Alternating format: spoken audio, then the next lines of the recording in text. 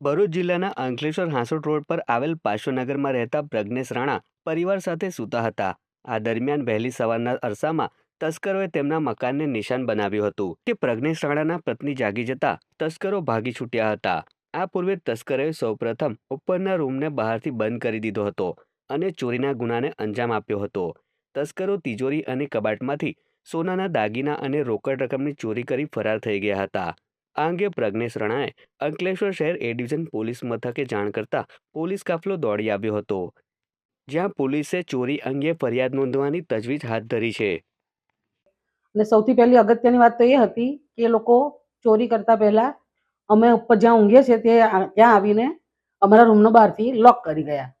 એટલે જેથી અમને જાણ થઈ કે આવું કંઈક થયું છે તો અમારાથી નીચે ફટાફટ દોડીને આવી પણ નહીં શકાયું, કેમ કે અમને અંદરથી પૂરી દીધેલા હતા. પછી મારા નીચેનો દરવાજો મેં બૂમાબૂમ કરી એટલે ભાઈ ભાગી ગયા અને પછી મારા સાસુ ધીમા રહીને દાદર ચડીને ઉપર આવ્યા અને પછી અમને આગળ ખોલીને પછી અમને બહાર કાઢ્યા. પછી મારા હસબન્ડ ને મારો છોકરો એમની પાછળ દોડ્યા, ત્યાં સુધીમાં તે ભાઈ લોકો ભાગી ગયા હતા.